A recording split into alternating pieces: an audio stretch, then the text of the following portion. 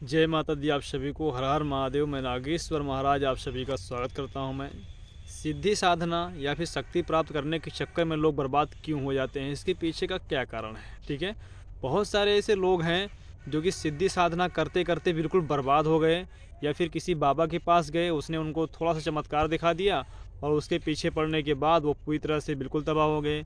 घर में जो चीज़ें थी वो भी बर्बाद हो गई, काम धंधे थे वो भी चौपट हो गए, घर में कलह हो गया, लड़ाई झगड़े हो रहे हैं, दुनिया की परेशानी में घर में आ जाती हैं। जब वो सिद्धि साधना करने के चक्कर में किसी बाबा के चक्कर में फंस गए या फिर खुद से करने लगते हैं तो बर्बाद क्यों हो जाते हैं, इसके पीछे का कारण क्या है मैं बताऊंगा आप सभी को। तो वीडियो को अंदर तक अच्छे से समझिए आप पहले, ठीक है।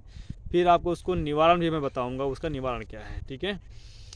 पहली बात तो ये है, जब आप सिद्धि साधना करने के लिए उत्साहित होते हो तो आपके मन में एक सवाल ज़रूर उठता है। सवाल क्या है कि आप बाबा बनोगे, आप दूसरों के बारे में जान जाओगे और दूसरों के प्रति आपके अंदर ये ख्याल होता है कि मैं उनसे ज़्यादा बलवान हो जाऊंगा, मैं उसके बारे में सब कुछ पता कर लूँगा, कोई मेरे पास आएगा तो मैं उसको ठीक करूँगा और उसके ऊपर जो भूत प्रेत था उसको भगाऊँगा, वो खेलेगा मेरे सामने और मैं पूरी तरह से, मेरा नाम होगा, लोग मुझसे डरेंगे कि वो बाबा है, मेरा नाम भी होगा, पैसे भी मुझे मिलेंगे, कोई खुश होगा तो मुझे पैसे देगा या फिर मैं पैसे कमाऊंगा। ऐसा लोगों के अंदर सोच होता है। बहुत सारे लोग गड़े धन के चक्कर में होते हैं कि मुझे गड़ा धन मिलेगा, मैं जहाँ चाहूँगा गड़ा धन निकालूंगा, मैं करोड़पति हो जाऊँगा और मैं अच्छे से ऐश करूँगा, मेरा नाम होगा, पैसा होगा, गाड़ी होगा, बंगला होगा। ऐसे दुनिया की बहुत सारी सोच उनके अंदर उत्पन्न हो जाती है। जब कोई सिद्धि साधना सीखना चाहता है, शक्ति प्राप्त करना चाहता है, उसके मन में ये चलता रहता है, ठीक है। तो यहीं से आपकी बर्बादी का सबसे मेन कारण शुरू होता है। यहीं से आपकी बर्बादी का सबसे मेन कारण क्यों शुरू होता है, इसके पीछे का बहुत बड़ा कारण है। जब आप किसी भी माता की साधना करते हो तो आपको उसके बारे में पता होना चाहिए कि किस माता की आप साधना कर रहे हो, उसका क्या साइड इफ़ेक्ट है और उसके फ़ायदे क्या हैं, इसके बारे में आपको पता नहीं होता। और यूट्यूब से देख करके, किसी को गुरु मान करके, कोई कोई ऐसा व्यक्ति होता है जिसके कर्म अच्छे होते हैं, जिसके कुल देवी पितृ का कोई बंधन नहीं किया होता है, किसी प्रकार की कोई दिक्कत परेशानी उस घर में नहीं होती, तो वो कभी कभी साधना में सफल भी हो जाता है। मैं ये नहीं कहता हूँ कि नहीं होता, लेकिन किसी योग्य गुरु के सानिध्य में जब आप सिद्धि साधना करते हो तो उसका फ़ायदा आपको 100% होता है और आप आगे बढ़ भी जाते हो। लेकिन आपको एक बात का ध्यान रखना होता है कि किसी भी प्रकार का आपको जल्दबाजी नहीं करना है। बहुत सारे लोग इतनी जल्दबाजी में रहते हैं कि मैं ये जल्दी से सीख जाऊंगा, ये करने लगूंगा, वो सीख जाऊंगा तो वो करने लगूंगा, जल्दी जल्दी वो। और अगर उनको जल्दी से रिजल्ट ना मिले तो परेशान हो जाते हैं, उनके मन में एक दुविधा हो जाती है, उनके मन में एक प्रकार से वो अपने आप में सोचने लगते हैं, ग्लानि महसूस करने लगते हैं कि पता नहीं मैं ऐसा कर रहा हूँ तो मुझे मिलेगा कि नहीं मिलेगा, मैं कामयाब होऊंगा कि नहीं होऊंगा। इस प्रकार से उनके मन में चलने लगता है। तो आपको इस प्रकार से कोई भी सोच मन में आती है तो उसके मन में नहीं रखना है, बस आपको अपने लक्ष्य में लगे रहना है, आगे बढ़ते रहना है, मेहनत करते रहना है। आपको इस प्रकार से आगे बढ़ना होता है, तब जाके आप सिद्धि साधना प्राप्त करते हो। और बर्बादी आपकी तब होती है जब आप अपने मन से कोई सिद्धि करते हो, कोई साधना करते हो, किसी के बहकाव में आ जाते हो, आप डर जाते हो, या फिर आप को कोई गुरु होता है वो आपको तंत्र क्रियाएँ लगा देता है कि आगे ना बढ़े, और दूसरों की तंत्र क्रियाएँ वो लेकर बैठा रहता है और फिर आपके ऊपर वो छोड़ देता है।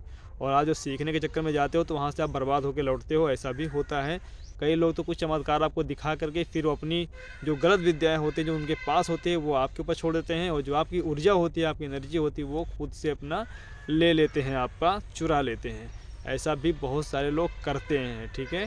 और आपके कुल देवी, आपके पितृ जब आपके सपोर्ट में नहीं रहेंगे तो आप कोई भी सिद्धि, कोई भी साधना करोगे तो उससे आप बर्बाद हो ही जाओगे। क्यों? क्योंकि जब आप कोई मंत्र जाप करते हो तो मंत्र की जो शक्ति होती है ना, आप जब कोई जैसे ओम नमः शिवाय आपने बोल दिया तो ये ब्रह्मांड है आपका, ये ब्रह्मांड सीधा उस ब्रह्मांड से टकराता है जो आसमान है, वहाँ पे टकराता है। पूरी पूरी दुनिया में जो एनर्जी फैली हुई वहाँ से टकराता है, और वहाँ से वो टकराता है जब आपके ऊपर रक्षा कवच नहीं होता, गुरु का ध्यान नहीं होता और गुरु आपके बलवान नहीं होते, तो जो भी नेगेटिव एनर्जियाँ हैं वो आपके ऊपर हावी होती हैं, आपके घर के ऊपर हावी होती हैं, आपके पूरे परिवार पर हावी होती हैं, आपके काम धंधे, आपकी मस्तिष्क में, आपके शरीर के अंदर घुस जाती हैं। ऐसी बहुत सारी परेशानियाँ आपको खड़ी कर देती हैं आपके सामने, और फिर आप परेशान हो जाते हो, फिर सिद्धि साधना आपकी छूट जाती है और परेशानियों में आप डूब जाते हो।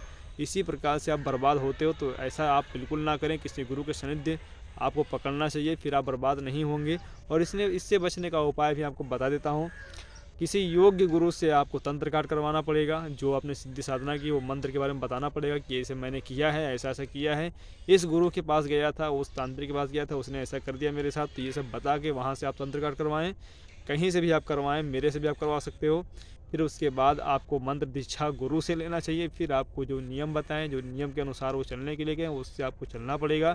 फिर आप आगे बढ़ोगे तो आप कामयाब हो जाओगे। शक्ति ट्रांसफ़र भी आप किसी योग्य गुरु से आप ले सकते हैं, मेरे गुरु से आप ले सकते हैं। फिर आपको पूरी तरह से कोई भी परेशानियां नहीं होंगी, सक्षम आप हो जाओगे अपने जीवन में। ठीक है, ये सब सारी चीज़ें होती है तब आप कामयाब बनते हो। इस समय वीडियो समझ में आया हो आपको तो आपको वीडियो पसंद आया हो तो लाइक करें, चैनल पर नए हो तो सब्सक्राइब करें। जय माता दी, जय बोलो, जय महाकाल, जय महाकाल, जय गुरुदेव। हर हर महादेव, शंभो सूत्रधारी। जय माता दी।